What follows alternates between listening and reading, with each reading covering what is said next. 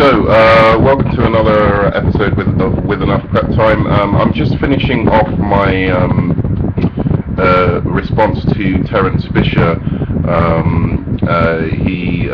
did a video called "Man of Steel is Great" and why Superman vs. Batman will work. And I've already done 2 responses to his videos where I've gone over a few points that he made within it. And hopefully I've kind of led to a more interesting discussion. I wouldn't say I've, in any way invalidated his points, because I think not only is everyone's points valid, but that, of course, he made some very, very good points and put them very well. It's not about invalidating his points, it's just about, sharing my own. I want to just go over, I was talking just before about the Kryptonian society, and I just wanted to clarify that in the last video I kind of explained why I thought the consistent lack of logical progression in the movie really kind of took you out of the movie at many points, both on a kind of deep layered sense and even on a superficial sense. There were just all these kind of logical inconsistencies. So I mentioned one thing that I noticed, which was the way they made this futuristic Kryptonian society something like you would find in 15th century Earth society, a kind of Knights of the Round Table stroke genetic engineering, which is kind of a society built on genetic engineering society, which was kind of weird because you had all these supposed households, which in kind of feudal society was premised on the kind of extended family and the kind of family name being very important. So you would have the kind of house of L. But if you have a society which is built upon having no heirs and no children, that immediately negates having a house of L. There is no lineage. The importance of one's name is not important because obviously I don't know how the children were raised on Krypton, but I don't think they were raised in families, because again, raising children in families would probably lead the women or the men, married couples to, it would encourage them to want to have children naturally, because all beings naturally want to have heirs. We've evolved that way, or not, humans have evolved that way, and you would suppose species of any planet would have evolved in such a fashion. So if they evolved even past that to think that genetic engineering is the best way to maintain a society, then of course they'd have to get rid of the institution of marriage and sex and the institution of the family, because that would only encourage the desire to procreate, as Jor-El and Lara L demonstrated, and her immediate sense of affection for her son, even though no one had children for a long time, just goes to show that the strong instinct, the strong instinct that the maternal instinct is, obviously. I presume that on the Krypton, that these families, as I said, that the babies who were raised for particular roles would obviously, be raised in some kind of school or some kind of institution that is dedicated to becoming a political leader or becoming a general or becoming, a farmer or whatever the case may be. So I was saying basically that these senses of these lapses of logic in the story kind of took you out, because you were just even though I didn't realise it at the time of watching the film, I just felt uncomfortable with that scene. I thought it was visually spectacular, but I just felt uncomfortable. I just felt that there's dragons and there's no city, and how is this an advanced futuristic society? I mean, I think the first thing I thought was, why, you don't see elephants and lions running around, and wild animals running around, modern metropoles, the centers or hubs of civilization, like, New York or London or Moscow, or, you don't see wild animals running around those hubs of civilization. And there's a reason for that, because as civilizations evolve, they move more towards the city and away from the natural world. And for Krypton especially, where they're talking about, sorry, and I know this is really nitpicking, but for Krypton especially, when they're talking about how they have harvested all their resources, you wouldn't imagine that that kind of civilization would be close to natural world. So again, going on from this, more obvious things, the Superman suit, which I didn't have a big problem with, because I thought the spaceship could have just created it from Jor-El's consciousness, could have just said, okay, create this suit. But why was the suit blue and yellow when none of the rest of the Kryptonian suits were like that? And a number, and also, another lapse in logic was, well, he's saying that he had a natural born child because he thought children should be able to determine their own destinies, but in the end Jor-El is the one who tells Clark what to do, because they wanted to rush him into that Superman suit so fast that you couldn't see why Clark Kent had decided to become Superman, the older Clark Kent. So those were, the problems in the logical progression of the story of the film, and why you kept getting taken out. And here's the thing, as a Superman fan, I can forgive that, but I'm saying general audiences who are used to, the Batman movies are just going to be like, well, there you go, Superman can't be done justice in a realistic way. He's obviously too fantastical a character to have a kind of logical story, about him.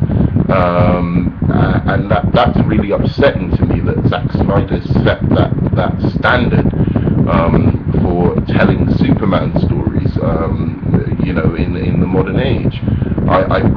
It really upsets me, because I'm just thinking, what an opportunity has been kind of wasted in terms of showing that these kind of larger than life, and it has implications for the rest of DC's canon as well, because Superman's like their second biggest character, and they haven't even been able to do their second biggest character justice. So what confidence are they going to have in their other characters?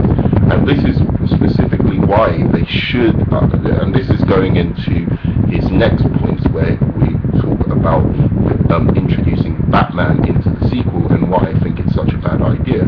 Because DC clearly already has a lack of confidence in everything, apart from Batman and Superman, and even are building a kind of resistance towards Superman himself, a lack of confidence that the general audience still gets Superman. They see him as more of a niche character that appeals to comic book,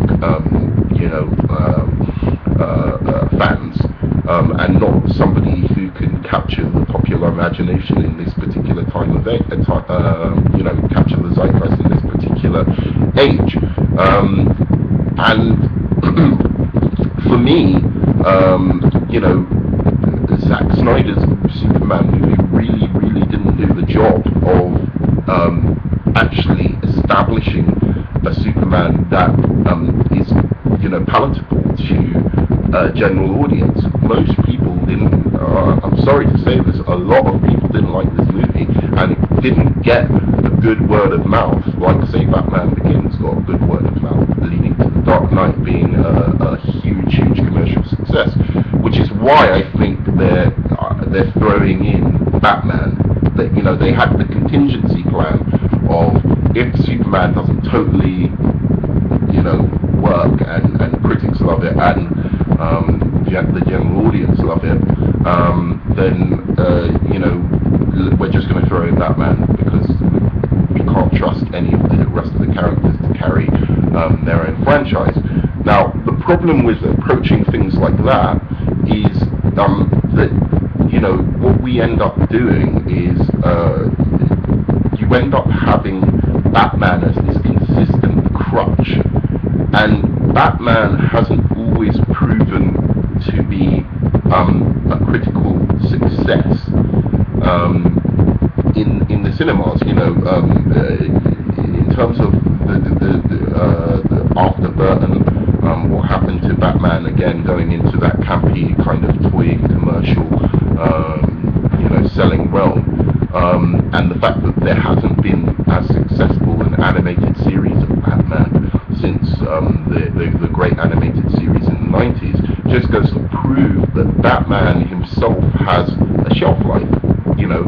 He's not always going to be something that you can rely on because people do get bored.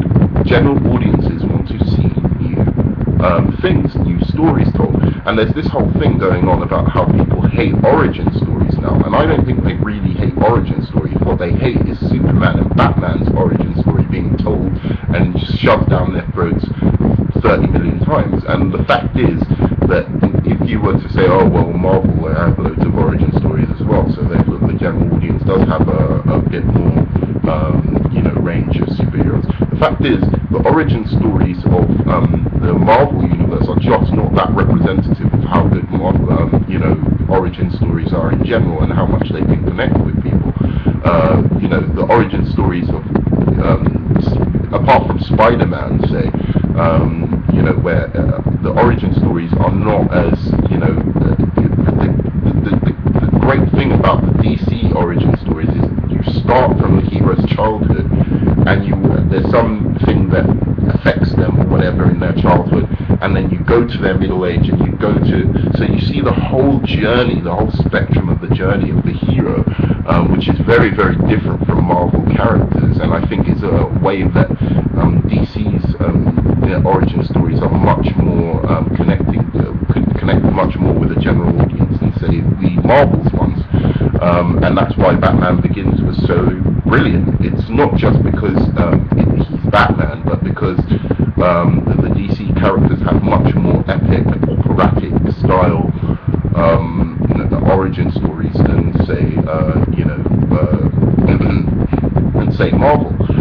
This Superman movie has connected with some people, and to go from there straight on to bringing in Batman is very, very distracting and jarring, I think, in terms of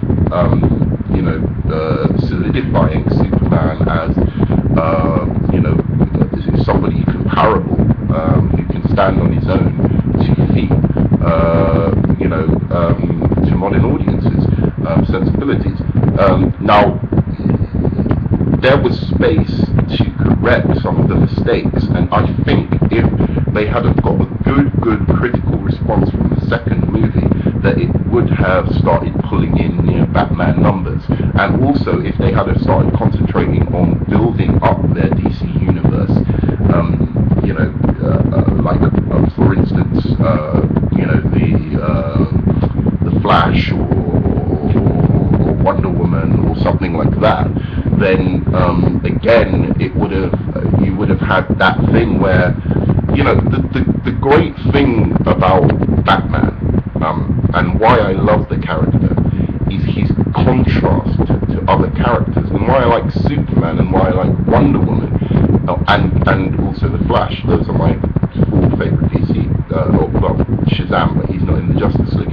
But in the first part, the first establishing Justice League team member. But anyway, the reason I love these characters is the contrast and how they play off each other, and general audiences are being robbed of that synergy, that energy that exists between these characters, and what makes if people like Batman now, when they see how Wonder Woman is and her philosophy and ideology, and when they see the Flash's or Superman's ideology and philosophy proper rather than what happened in the Man of Steel, then you would start to begin to really, really appreciate Batman even more. And that's why I want DC to concentrate on these other characters. Batman was my favourite, second favourite actually, to be fair, from childhood as a character. He's moved down the list a bit, but still one of my favourite all-time characters. So like just to go in, I didn't. The rest of what Terrance Fisher said in terms of the Batman movie and the Superman movie, I kind of agree with. Superman and Batman aren't going to fight to the death. It's not going to go down like that. He said he's not going to kill Batman, and he said that he thinks Superman would win in any case, so they can't, go down that route. I don't really give a shit who wins or who doesn't win or what the fight is going to be. I went on a bit of a rant about it, but I really don't give a fuck. I mean, to be honest, where I'm pissed off is that DC isn't building up their universe of fantastic characters, and as a DC fan who supported Man of Steel in the hope that they were going to do that, I feel slightly betrayed. And even if not building up their DC characters, they could have at least given me a second Superman movie, solo movie, which I would have thoroughly enjoyed, as I did enjoy the Man of Steel, and expected more. I expected them to correct the mistakes of the Man of Steel and really establish him as the hero we all know he is. So I don't really care about how the fight goes down. I think they're going to make Batman beat Superman. I'm pretty sure that's going to be the case, which is going to undermine Superman as a hero, because it's going to kind of make him out to be the kind of one, the less relatable between the two of them. His last point, Zack Snyder, the best person to do a Batman and Superman movie. Well, again, going off evidence that I have seen, I don't think he is, so there's not much more I can really say about that. Go and see his filmography. The best thing he's done, as far as I'm concerned, is The Watchmen, and that was because he stuck very, very directly to an interpretation that's very close to the comics. And the comic is brilliant. It's a great comic, so it's hard to fuck up if you do it like that.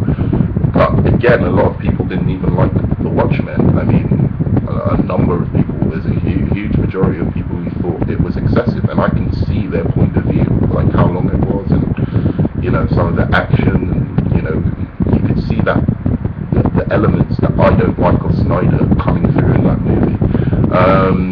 So yeah, I mean, and Goya, again, he has done some good stuff, but he in recent times, I just think there needs to be fresh eyes on, even if they're bringing Batman into the fray again, there needs to be fresh eyes on the character, because I don't think Goya has it in him anymore. I think he should move to the role of kind of Nolan has been playing, of a kind of Godfather, because his vision for the Man of Steel was great, his execution was horrible. So maybe fresh eyes on the character could help, or fresh eyes on DC's other characters would help, because he obviously doesn't know what to do. And yeah, that's it. Thanks very much for listening.